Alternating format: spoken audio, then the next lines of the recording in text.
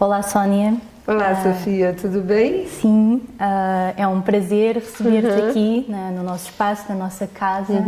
Agradeço muito a disponibilidade para, com este tempo, para poderes conversar um pouco comigo e connosco. Então, gostaria de perguntar sobre essa primavera feminista de que ouvimos falar já com início, julgo, em 2015. Sentimos os ecos aqui em Portugal, desse Brasil feminista que enchia as ruas. Como é que está esse movimento e essas lutas? A primavera feminista, eu acho que ela tem que ser situada, talvez, possivelmente, como todos os assuntos que a gente vai tratar aqui hoje, sempre num ciclo mais longo, né? O movimento feminista brasileiro tem uma história larga, né? Ele não começou na primavera feminista de 2015. O feminismo brasileiro remonta ao século XIX, na luta pelo direito à educação, as mulheres abolicionistas, né, lutando contra a escravidão, as mulheres escravas se rebelando. Tem uma história muito antiga.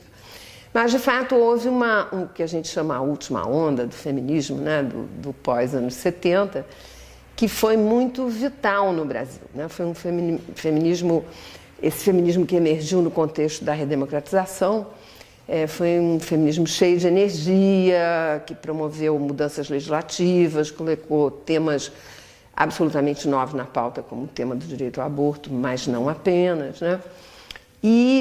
Então, a primavera feminista de 2015 ela precisa ser situada nesse contexto mais longo, né? O que ela tem de diferente? De novo? Né? Sim. O que ela tem de novo? Eu acho que são duas ou três coisas que é importante pontuar. A primeira é que nesse transcurso dos anos 70, 80, sobretudo, né, adiante, que é o processo da democratização, um traço importante do feminismo brasileiro e latino-americano, mas eu acho que europeu também, foi esse movimento de institucionalização, né, o chamado mainstreaming, né? A produção de novas legislações, a entrada no aparelho do Estado e um certo apagamento ou perda de energia do feminismo da resistência, do feminismo da mobilização cultural na própria sociedade. Eu acho que um dos traços importantes da primavera feminista é esse retorno à política da resistência, né? E por isso a política de fronteira, a política da rua, né? Então, 2015, quando o feminismo vai para as ruas e toma as ruas, tem esse sentido de resistência, esse sentido de política na fronteira, né? Política de contestação, mas tem mais dois outros traços muito importantes. Primeiro, que é uma nova geração de mulheres, né? De fato, é um feminismo rejuvenescido e, sobretudo, é um feminismo muito mais plural do que o feminismo lá dos anos 80, né? Que era muito mais um feminismo de mais mulheres educadas, mais mulheres de classe média, né? Mas ao longo desses anos, no contexto de democratização, você teve uma capilarização das ideias feministas na sociedade, que foi muito importante. Então, esse é um feminismo que é muito mais diverso do ponto de vista étnico-racial. Ele é mais diverso do ponto de vista da sexualidade, né? As sexualidades diversas estão presentes e o gênero instável, né? O gênero plástico das novas sexualidades está presente também nessas manifestações. E é um feminismo que traz de maneira...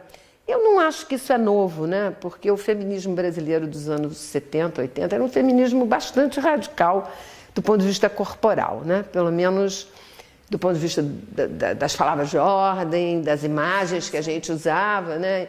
Então, sempre foi um feminismo em que a sexualidade sempre esteve muito presente. Mas esse feminismo novo traz isso com muita vitalidade, né? Coisa da presença do corpo na rua, o corpo nu, o corpo pintado. Então, é uma revitalização do feminismo com muito mais pluralidade. E é muito importante para o tema da gente, porque o que levou por primeira vez, né? Quer dizer, a primavera de 2005, foi uma resposta das ruas, das mulheres nas ruas, a uma tentativa de restrição do aborto, da lei do aborto brasileira, que é uma lei muito restritiva, uma lei dos anos 40, que permite o aborto no caso de risco de vida da mãe, da mulher, e de estupro, e a qual foi adicionada por uma decisão da Corte do Supremo Tribunal Federal de 2012, o aborto no caso de má formação fetal, mas só para anencefalia, muito limitado.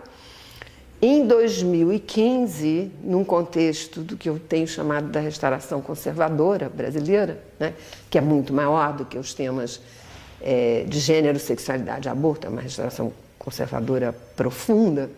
Nesse contexto, o famoso deputado Eduardo Cunha, hoje na prisão, foi desde sempre um ator, um adversário reconhecido basicamente do aborto. Quando ele era deputado estadual no Rio de Janeiro, a gente já tinha embates com ele nos anos 90, né? Então, uma pessoa que vem com essa agenda de retrogressão, de retrocesso no campo dos direitos sexuais e reprodutivos desde sempre, ele em 2015 apresentou um projeto de lei, na verdade em 2013, mas como ele era presidente da Câmara, em 2015 ele conseguiu empurrar a tramitação mais rapidamente, que restringia o aborto, tal como está na lei, impondo uma série de condicionalidades que ia limitar ou praticamente tornar impossível o aborto no caso de estupro, né? E foi essa possibilidade dessa restrição que, num primeiro momento, levou esse novo feminismo plural, colorido, cheio de corpo, para as ruas do Rio de Janeiro, né? E o último momento dessa primavera foi exatamente agora, né? Nesse último mês, porque houve mais uma tentativa de retrocesso no campo do aborto, e a resposta do movimento de mulheres, do movimento feminista, foi admirável, né? Eu não estava no Brasil, eu estava na Inglaterra, mas foi, enfim, manifestações de rua em várias cidades do país, e além disso houve uma coisa muito importante, que pela primeira vez na história brasileira, inspirada pela famoso manifesto das 343 salopes da França nos anos 70, foi feito um manifesto que 270 mulheres, inclusive algumas celebridades, artistas de televisão, mas várias acadêmicas, intelectuais reconhecidas, vieram a público dizer: eu também abortei e estou aqui para... Enfim, eu estou aqui, estou solidária, aí a gente vai ter que contar a história da Rebeca, né? Que é parte dessa nova cena. Okay. Eu gostaria que nos falasses sobre este tema de um modo mais específico, basicamente para podermos saber como está o direito ao aborto no Brasil. Como é que as mulheres podem aceder, quando numa situação de uma gravidez indesejada, como se o podem fazer, que opções têm, e também como está essa luta entre emendas legislativas, movimento na rua? Veja só, como eu disse antes, a legislação do aborto é muito restritiva, né? Ela só permite o aborto no caso de estupro, de risco de vida da mulher, e a partir de uma ação de interrogação de constitucionalidade, desde 2012 também é possível realização do aborto no caso de anencefalia. A legislação, embora a legislação de 1940 permitisse o aborto no caso de estupro, de fato, o acesso a um serviço de aborto, quer dizer, que as mulheres pudessem ter acesso ao aborto no caso de estupro, é muito mais recente. Só a partir da mobilização feminista dos anos 80 e 90, que foi criado o primeiro serviço de aborto legal, quer dizer, no caso de estupro em São Paulo, em 1999, ou seja, 20 anos atrás. Quer dizer, durante 50 anos as mulheres não tinham acesso. Houve tentativas, né, tem um caso famoso, que tem um livro sobre isso, e levaram uma menina que foi estuprada por um padrasto, foi levada para a justiça, e quando a justiça deu uma decisão favorável, a criança já tinha nascido, né? Então era realmente inacessível. Foi o movimento feminista que assegurou o acesso a esses serviços. E, além disso, uma coisa muito importante, que é pouco conhecida mundialmente, talvez você saiba disso, mas hoje no mundo inteiro, vamos dizer, a grande novidade em termos de acesso à interrupção e tecnologia de interrupção da gravidez é o acesso à medicação, o chamado aborto médico, né? Seja na forma exclusiva do misoprostol, que é uma prostaglandina, seja na forma combinada, que é misoprostol e mifeprostone, que é uma fórmula muito mais eficaz. No Brasil, o misoprostol é proibido desde os anos 90. E ou seja, o acesso é muito difícil. O medicamento chega por redes clandestinas, né? Então sempre foi muito complicado a questão do acesso ao misoprostol, desde o começo dos anos 90. Mas como agravante disso, nos meados dos anos 2000, a regra da agência controladora de medicamentos, chama Anvisa, Agência Reguladora de Saúde, ficou mais restritiva em relação ao misoprostol, e o misoprostol foi incluído na lista de medicamentos clandestinos que, se encontrados no país, são considerados medicamentos contrabandeados e, portanto, obedecem a uma legislação federal de tráfico de medicamentos, ou de contrabando de medicamentos, com uma penalização muito draconiana, de que até 15 anos de prisão. Então, isso, embora o medicamento esteja disponível no Brasil, por vias pela internet e chegando por vias realmente clandestinas, né? Ele chega ao Brasil, na maior parte dos casos, vendido pelas mesmas redes que traficam drogas, né? Porque, enfim, os ganhos com esse medicamento são enormes, né? Para quem faz disso um mercado. Mas, de qualquer forma, isso restringe ainda mais, além da legislação, o problema... Porque há países latino-americanos em que a legislação é muito restritiva, mas o aborto médico está relativamente disponível e isso tem tido um impacto muito positivo do ponto de vista da saúde das mulheres. Porque o aborto médico reduz a 90% ou mais de 90% os riscos de saúde associados ao aborto clandestino e inseguro, né? Ainda assim, desculpa interromper-te, os números que temos das consequências do aborto clandestino no Brasil são avassaladores. O número de mortes é a quarta causa de mortes materna no país. Em alguns estados... Falamos de um direito, mas de um grande problema de saúde pública. O direito à vida das mulheres está... claro.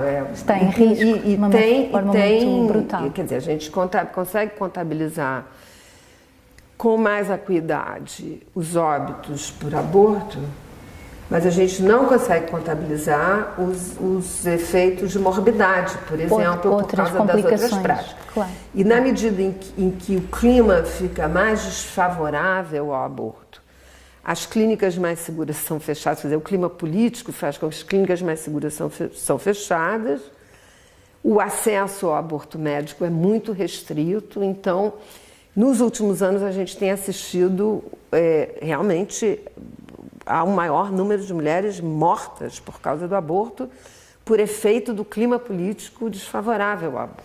Do ponto de vista político, legislativo, então como é que esse ataque está a ser? Então, temos lutado, né, pela alteração dessa legislação desde os anos 80. Primeiro, para conseguir o acesso ao aborto nos casos legais, particularmente casos de estupro, tentando alterar a legislação.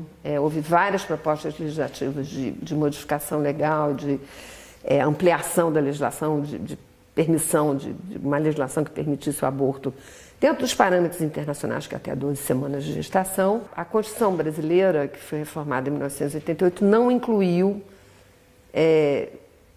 no seu texto o direito à vida desde a concepção. Para entender como é que é isso, né? Porque às vezes as pessoas podem ficar... O que aborto tem a ver com Constituição, né? Todas as constituições, a maioria das constituições modernas, tem como premissa, uma das suas premissas fundamentais, que vem da Declaração, desde antes, mas da Declaração dos Direitos Humanos, a ideia do direito à vida, né?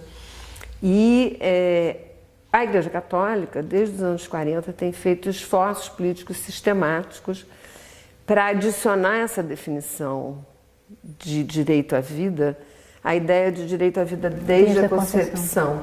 Isso tem acontecido na América Latina? Isso tem acontecido em vários lugares, de vários continentes.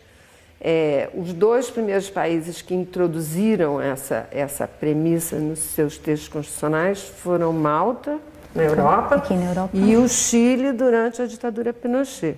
Bom, então, no Brasil, a gente não incluiu o direito à vida desde a concepção.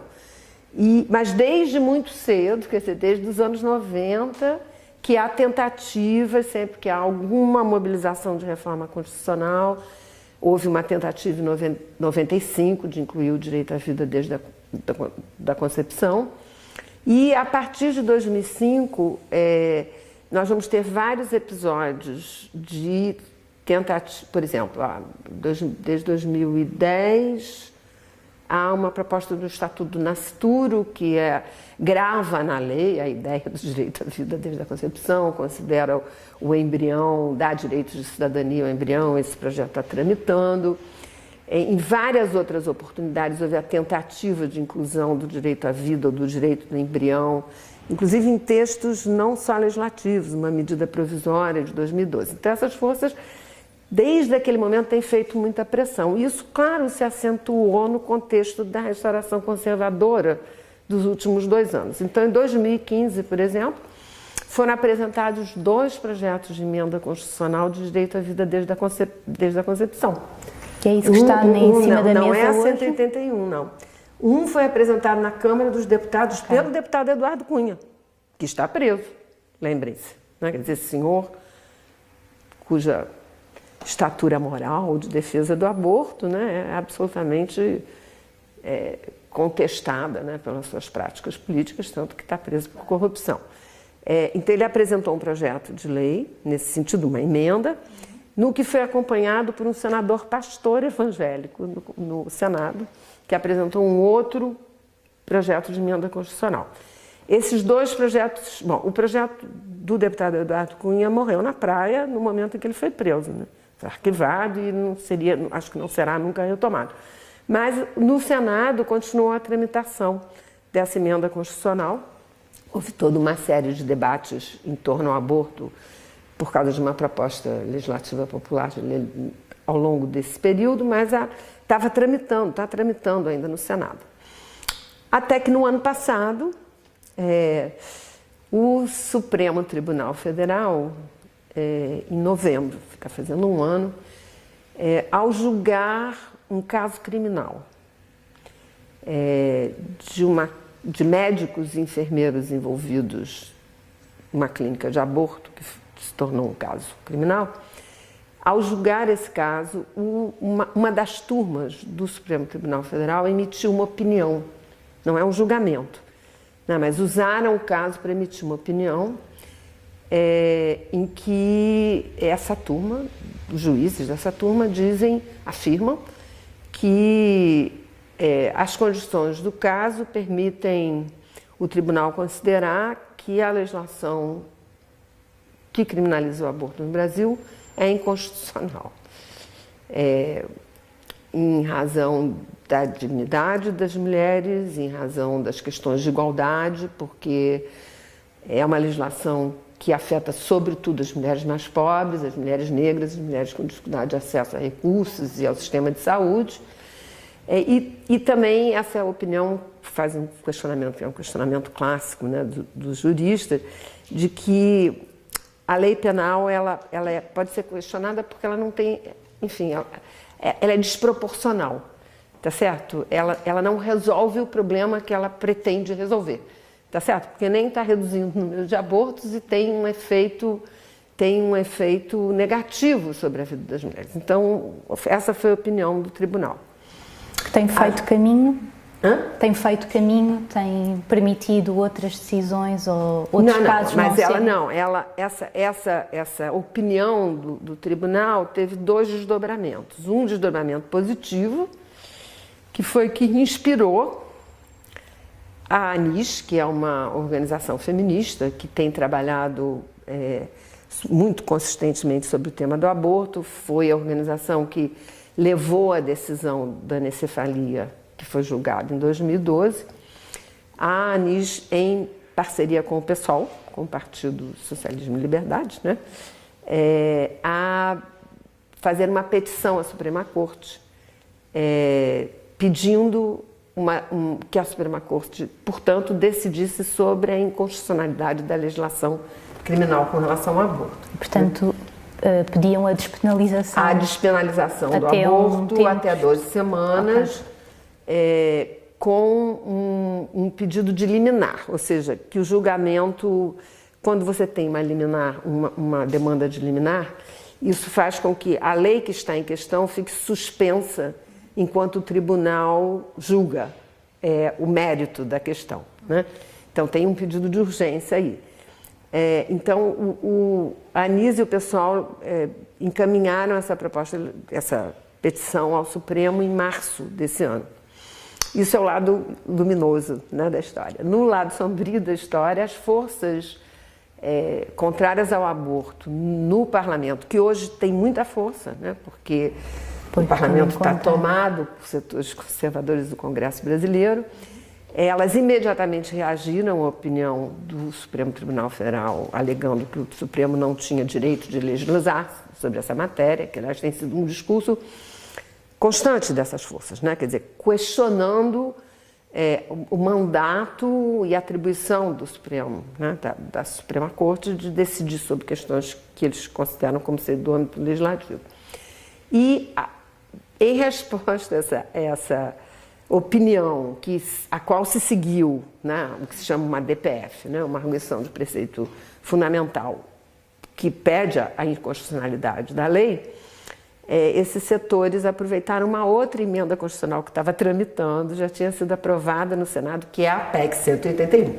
Que é que temos ouvido falar mais recentemente. Essa PEC é uma PEC muito perversa, porque o objetivo da PEC é ampliar a licença maternidade para mulheres que têm filhos prematuros, para que elas possam ter melhores condições de cuidar desses bebês. Bom, aproveita-se essa PEC, que é uma PEC positiva para as mulheres e seus bebês, e se introduz nessa PEC a premissa do direito à vida desde a concepção, quando vai para a tramitação na Câmara. E essa proposta de emenda constitucional, em vez de ser debatida através das comissões clássicas, que seria Seguridade Social e Família, Constituição e Justiça, cria-se uma comissão especial para cuidar dela, onde estão sentados todos que são contrários ao aborto. São 18 homens e uma mulher, uma única mulher, né? E, claro, essa comissão aprovou a PEC há um mês atrás, né? E foi uma reação imediata, né? De novo, né, a Primavera Feminista veio à rua e teve essa enorme mobilização, né, de que eu já mencionei, um número grande de mulheres, inclusive eu, né, fomos dizer que já tínhamos abortado.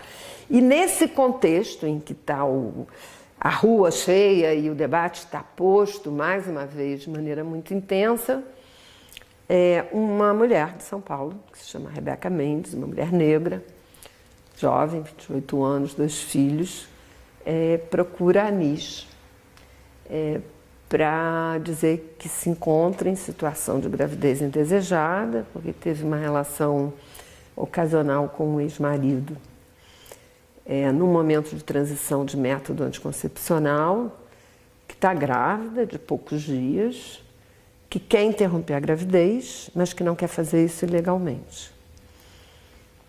Então, a Anísia e o PSOL adicionam à arguição de preceito fundamental que está no Supremo uma demanda específica de que o Supremo autorize Rebeca a usar um procedimento de aborto médico, aborto medicamentoso.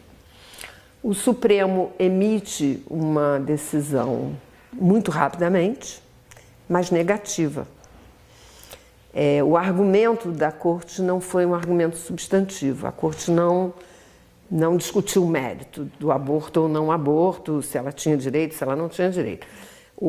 A argumentação do Supremo foi uma argumentação técnica, dizendo que não cabia uma demanda, um caso pessoal, uma demanda específica no contexto da petição da DPF, que é abstrata, que está considerando os princípios gerais constitucionais. Portanto, era uma questão formal, do ponto de vista do lugar. Uma arguição formal, né? A Anísia e o pessoal encaminham um habeas corpus para a Justiça de primeira instância, para tentar obter a autorização, mas a Justiça começa a demorar. A Rebeca começa a entrar em sofrimento psicológico, inclusive porque está sob pressão das forças contrárias ao aborto, que foram muito violentas publicamente com ela. E nesse momento ela foi convidada pelo CLACAI, que é o Consórcio Latino-Americano pelo Aborto Legal, para contar o caso dela numa reunião em Bogotá, na Colômbia, onde ela fez o procedimento. Porque o aborto é, desde 2006, permitido na Colômbia nos casos de risco de saúde física e mental das mulheres. Então, com um laudo de que ela estava em sofrimento psicológico acentuado, o aborto foi permitido e a legislação brasileira ela está imune a ser punida pela legislação brasileira, porque essas legislações são nacionais, né? Então, ela voltou ao Brasil, ela contou o seu caso, né? Ela é agora um personagem importantíssimo, né? Uma mulher muito corajosa, muito valiosa, que deu muita energia, mais energia ainda, para o movimento que está resistindo à PEC 181. Então, as feministas com as deputadas estiveram com o presidente da Câmara, o presidente da Câmara fizeram lá um filibuster, como se diz em inglês, né? Uma pressão física em torno do presidente. E, finalmente, o Congresso está está entrando em recesso e a PEC não foi votada.